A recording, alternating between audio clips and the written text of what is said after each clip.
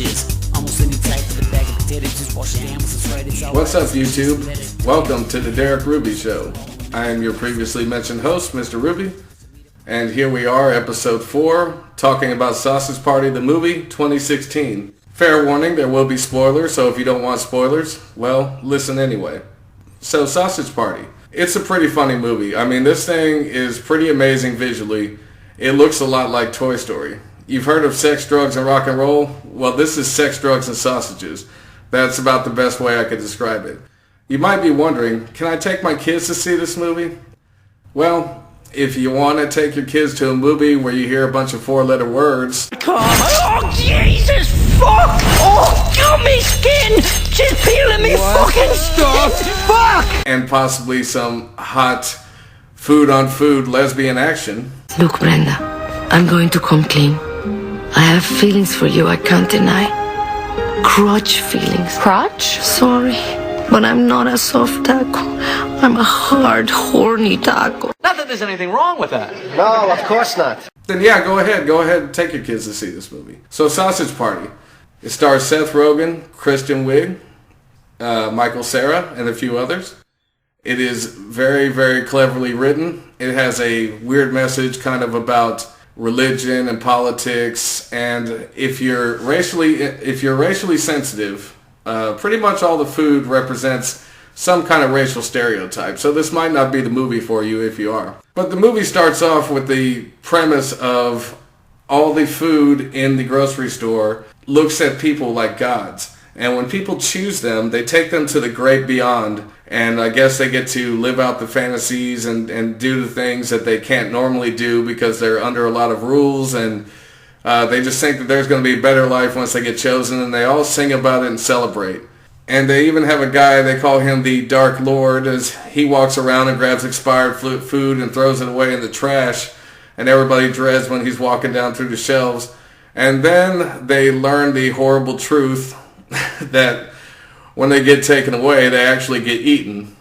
Because early on in the movie, Frank, which is the main character played by Seth Rogen, and Kristen Wiig, her character, which she plays his girlfriend, who is a hot dog bun, their packages get taken, and this guy named Honey Mustard, who had been brought back by mistake and had seen what happened, was trying to tell everybody, and he decided to commit suicide rather than go back out there to the great beyond, in which case it causes a giant wreck with the shopping carts, and a lot of the food gets separated. And then the lead villain, which is called Douche, literally that's what he is, he's a douche, he gets bent up and he blames Frank for that, and the rest of the packages that they were in get taken away while Frank and his girlfriend are left behind. And there's some other chaos ensues. And then one of the characters, played by Michael Cera, his name is Barry. When he gets taken back to the house, he's the only one that escapes the carnage that ensues. In the meantime, Frank and his girlfriend have to go around the grocery store trying to get back to their section so they can be chosen. But Frank starts to question everything he's ever been told and wants to find out the truth. And I'm telling you, this movie here is real clever in the way that it's delivered. Things move along. Now, the plot has to become a plot at some point. I mean, it can be very vulgar, but the plot kind of thins down just a little bit, and the movie kind of is okay for probably the first 3/4 of the movie. You know, I would say the beginning is real funny, probably the first quarter to half, and then it kind of winds down, and then it picks back up again. And you kind of got the idea that, yeah, the sausage and the bun, you know, at the end of the movie, they're probably going to do something in a sexual kind of way, but it goes way beyond that, because by the time the climax of this movie comes up, there is nothing but carnage. The food revolts, fights back, they kill quite a bunch of people, and then a giant food orgy ensues. I'm not kidding. A giant food orgy. There are things in this movie that they did with the food and got away with it I just couldn't believe. I mean, even the douche goes up some guy's ass and his zipper's down, and then Frank tries to attack the douche at the guy's zipper, and the guy grabs Frank, and it looks like what you think it would look like. I mean, and the celebration orgy at the end, I mean, the hot dog is sliding through donuts and the hot dog bun, and you see all this crazy stuff, and it's something that will visually blow your mind and probably scar you for the rest of your life and make you laugh, especially in retrospect. It is just one of the most craziest mind fucks I have ever seen in my life. I don't know what else to say about it. I mean, it's really the heavy metal of our generation. This year in 2016 alone, we got a rated R Deadpool movie. We got a rated R Joker Killing Joke Batman movie. And now we have this Sausage Party. And I'm telling you people, if you want more entertainment like this, you need to go out and see these movies and support them.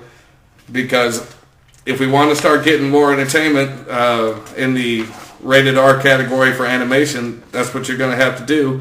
And so far, you guys are doing okay. At a $19 million budget, they've made $57.7 million so far. So as far as the overall movie, Sausage Party can be very clever. It has some very clever in-jokes in it. And I would have to say, when I look at the whole thing, and I just gave you a brief summary of the plot because I don't want to drag too long on this. If you want to see this movie and just kind of have a crazy time, then I would say you probably won't be disappointed. So I'll give this movie 3.5 stars.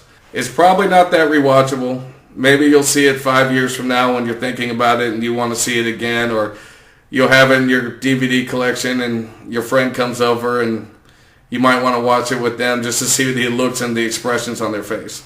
So thank you for listening to The Derek Ruby Show. You can follow me on Twitter at Derek Ruby Show. Please leave comments down below, and if you would like me to review something, let me know. And as always, this is your host, Derek Ruby, signing off, and I'll see you next time. Hip in the wood, always on the hook. Slap my meat in between two bones. Squirts for sauce, 100 Dijon. Tight tape, but when it hits your